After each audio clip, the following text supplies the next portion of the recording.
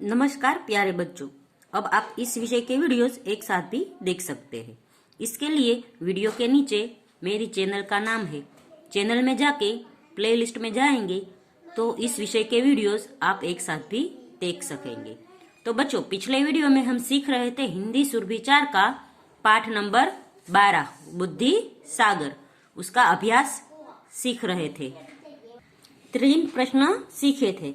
आज है चौथा प्रश्न। चौथा प्रश्न है, नीचे दिए गए प्रश्नों के उत्तर लिखिए। तो पहला प्रश्न है, चारों विद्यार्थियों के नाम क्या थे, वे पढ़ने में कैसे थे। तो बच्चों, चारों विद्यार्थियों के नाम थे ज्ञान सागर, विज्ञान सागर, विद्यासागर और बुद्धि सागर। पहले 3 जो पढ़ते उसे रट डालते पर समझने की कोशिश नहीं करते थे। बुद्धि सागर जो पढ़ता था उसे ठीक से समझ लेता था। दूसरा प्रश्न है, भूख लगने पर तीनों लड़कों ने क्या किया।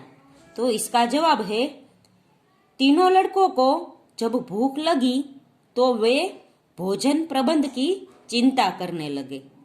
उनमें से एक ने कहा कि हम पढ़े लिखे हैं, हम सबने अलग अलग विद्याएं पढ़ी है, जिसको जिस चीज का विशेष ज्ञान हो वही काम करे। तीनों अपना अपना काम करने निकल गए। तीसरा प्रश्न है, शेर किस प्रकार जी उठा, फिर वह गाय कैसे बन गया। तो इसका जवाब है, विद्यासागर ने अपने मंत्र बल से शेर के मृत शरीर में प्राण डाल दिए और शेर दहाड़ते हुए उस पर टूट पड़ा। तब तुरंत बुद्धि सागर ने ऐसा मंत्र पढ़ा कि वह शेर गाय बन गया। चौथा प्रश्न है, इस पाठ से आपको क्या सीख मिलती है या क्या शिक्षा मिलती है।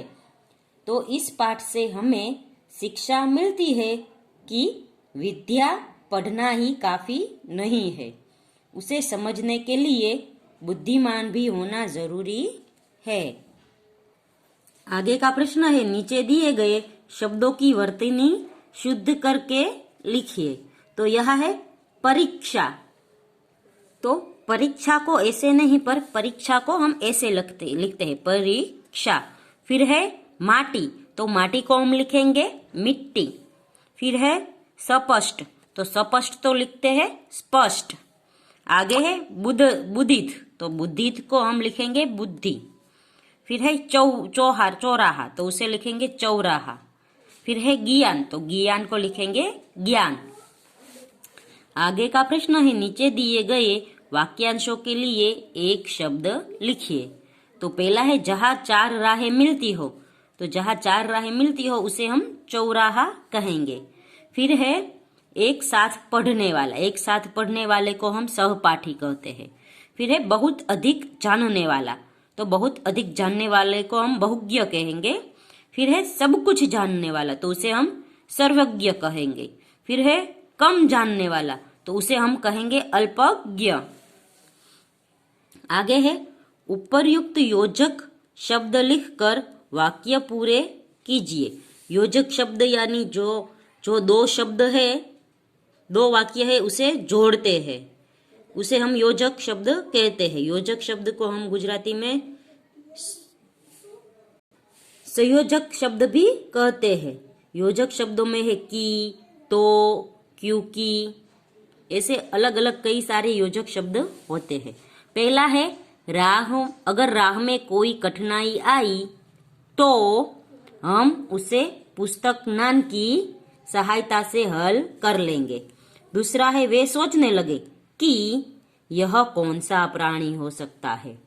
फिर तीसरा है, इस बंधु को धर्म के साथ जोड़ दे क्योंकि पुस्तक में लिखा है।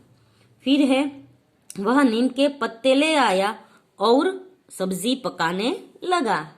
आगे है, अब उनकी समझ में आ गया कि विद्या पढ़ना ही काफी नहीं है। आगे का प्रश्न है, नीचे दिए गए वाक्यों के काल लिखिए। तो हमें है वो वाक्यों के काल पहचानने हैं। काल के मुख्य 3 प्रकार है, भूतकाल, भविष्यकाल और वर्तमान काल। भूतकाल यानी जो बीत चुका है, जो क्रिया हो चुकी है उसे हम भूतकाल कहते हैं। जो क्रिया चालू है उसे हम वर्तमान काल कहेंगे, और जो क्रिया अभी होने वाली है, होनी बाकी है, उसे हम भविष्य काल कहेंगे। तो पहला है, काशी विद्या का केंद्र मानी जाती थी। तो पहले विद्या का केंद्र मानी जाती थी, इसलिए यह वाक्य होगा भूतकाल होगा। भूतकाल में थी, था, थे ऐसे शब्द आते हैं। फिर वर्तमान काल में है, हूं, रही हूं, रहा हूं ऐसे शब्द आते हैं। और भविष्य काल में होगा, होगी, करेंगे ऐसे शब्द आते हैं। दूसरा है, हमारे ग्रंथों में संसार भर का सार लिखा है। तो लिखा है इसलिए ये वर्तमान काल हुआ।